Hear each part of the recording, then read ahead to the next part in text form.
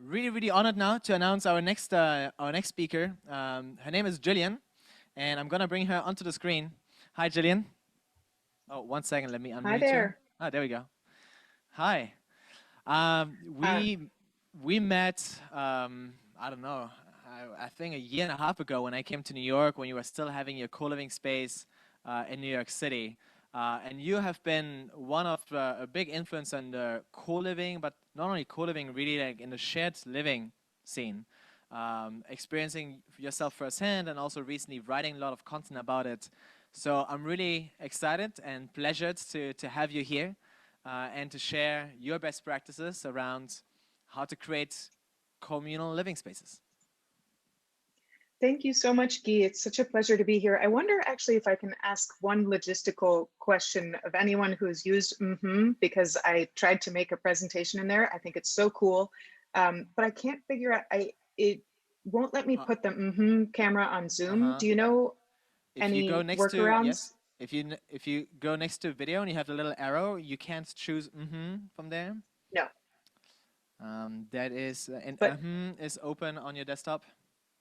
it is. Sorry, guys. Then I do not Um, know. I was thinking I could share screen, but it's also just Yes. showing me the editor version of this. So I don't know how that would work, but maybe I'll try and hope it works out. So um, let's Sure. see. If you want, let me know. Do you want like 30 more seconds?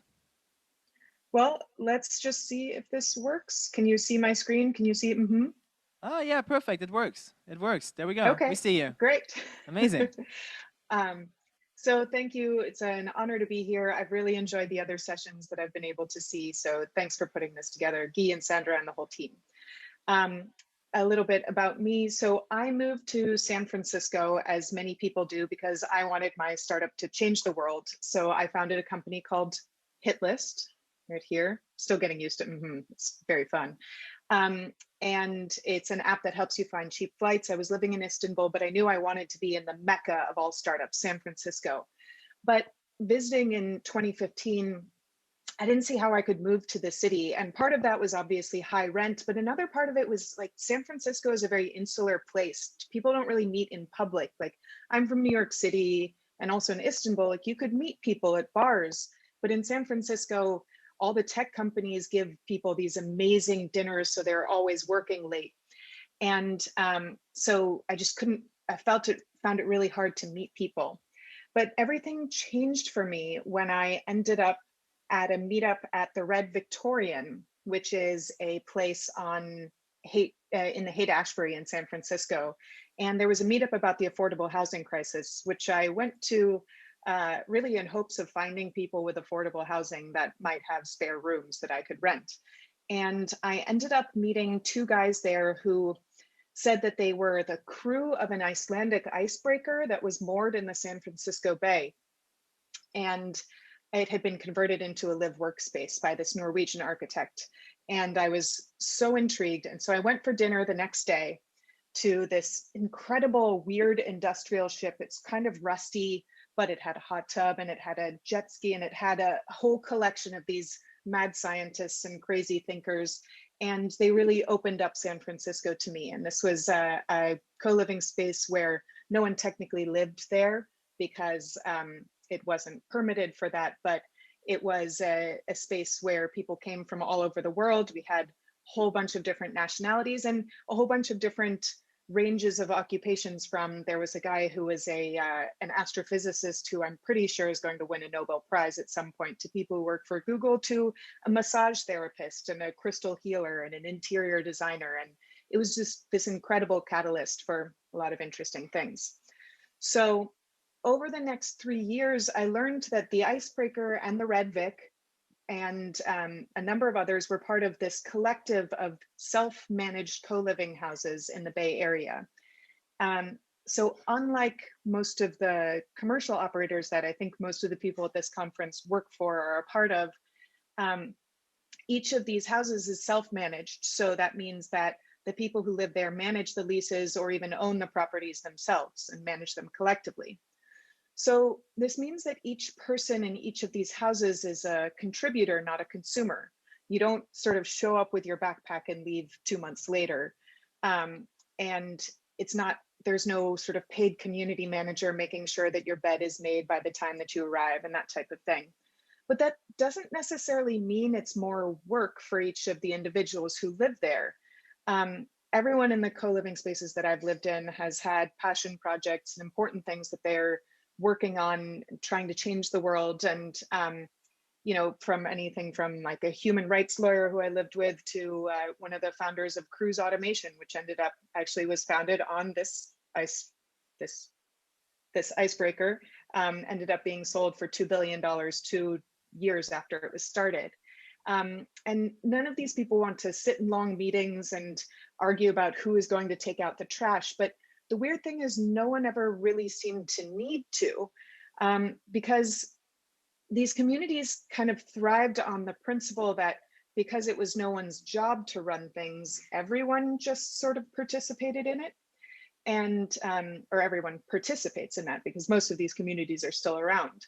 And it might sound too good to be true, but I found that instead of a sort of tragedy of the commons, I always say I've instead experienced this incredible abundance of the commons. Speaking of which, Hate Street Commons. So this is a website you can Google that it's a DIY cooperative of a bunch of different houses in the Bay Area. So how or why does this happen, I think, is the interesting thing, because again, a lot of people expect, I think a lot of people's experience of co-living is often just sort of college dorms or frats or something like this. And I think this was really beautifully summarized by my friend Danny Leibson, who founded a co-living community this past winter. And he said, our society has numerous patterns for consumptive experiences, music festivals, conferences, pre-planned international trips, but very few people have experience being a collaborator and creating an experience.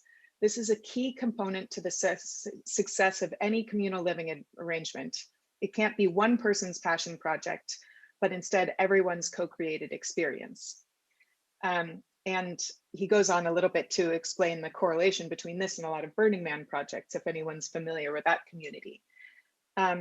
So it might seem like these self-managed co-living spaces are risky endeavors for anyone who joins them, but in my experience, these collectives have proved remarkably resilient. And in listening to a lot of the talks over the last few days, I singled out a few ways that I think they're different from the traditional commercial co-living places. So first one is recruiting and turnover. So we have, I keep on hearing in these conferences, like, how do you attract good residents? How do you get them? Every co-living, every self-managed co-living space I've participated in has a line of people out the door who want to join. There are always too many people, not enough space.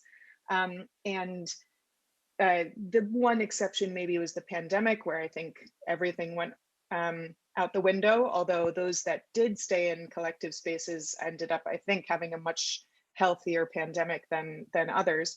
That being said, so anyway, we can get into a little bit more of why that might be the case, but you know, there's this culture and people are always trying to, once they move in, they don't really want to leave.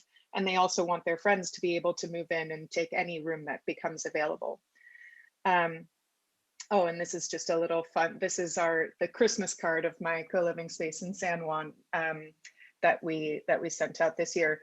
To be clear, of the people in this picture, I can already point out 2 that are Jewish, 1 that is Buddhist, and 2 that are Muslim. So it's not a Christmas card in the sense of a Christian holiday, but more of just a holiday celebration. Another aspect that I think is different in a lot of co-living spaces, that self-managed co-living spaces, is cost. And this is not saying that the rent is cheaper, because actually, by contrast, I think most people are comfortable paying a premium to live in these self-managed co-living spaces. But it's more about what that abundance, what that extra money goes to. So in calculating the cap rate for a rental property, I've generally been told that you should expect that a third of the rent goes to expenses. And in the co-living spaces that are self-managed that I know, you're looking at much closer to about a tenth of the rent ending up having to go to expenses, because there's just a lot that's abstracted away. So if the refrigerator breaks, there's a chance that someone in the community might be able to fix it, or they know the best, cheapest handyman. So you're not necessarily going to be, outsourcing to another service. Obviously, you're not paying a community manager or a staff house manager, property manager, anything like that.